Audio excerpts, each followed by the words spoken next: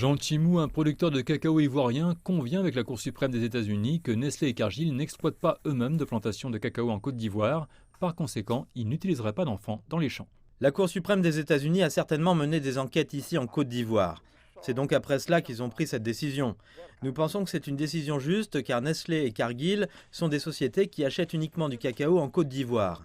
Si ces 6 Maliens avaient vraiment été contraints de travailler dans les cacaoyères depuis leur enfance en Côte d'Ivoire, je pense qu'aujourd'hui ils auraient dû avoir le dos courbé ou tordu, car le travail forcé dès l'enfance laisse des séquelles inévitables sur le corps. Cette idée était également partagée par le président du syndicat autonome des agriculteurs. Je ne défends pas les multinationales qui travaillent en Côte d'Ivoire. Ni même, je ne me mets pas automatiquement du côté du gouvernement pour tout protéger. Mais la réalité sur le terrain est différente. Ça a été tout simplement un montage.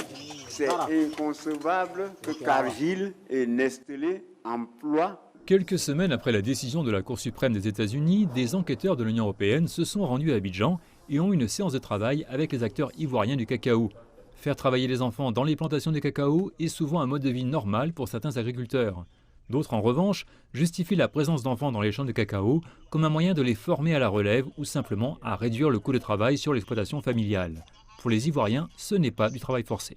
Pendant les jours de repos, les parents peuvent aller avec leurs enfants. Ceux qui vivent dans des campements peuvent aller avec leurs enfants dans les plantations.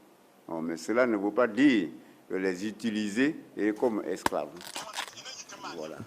Et ces enfants-là, qu'on va avec eux souvent dans les plantations, c'est des enfants de bas âge qui ne peuvent pas faire grand chose, qu'on ne peut pas l'utiliser comme esclaves. En octobre 2019, le cacao ivoirien avait été menacé d'un embargo. Selon une étude du département américain du travail, un peu plus de 2 millions d'enfants travaillent dans les plantations de cacao en Côte d'Ivoire et au Ghana. Aujourd'hui, de véritables données statistiques manquent pour évaluer le nombre d'enfants victimes des situations les plus graves, comme l'esclavage moderne ou la traite en provenance des pays voisins.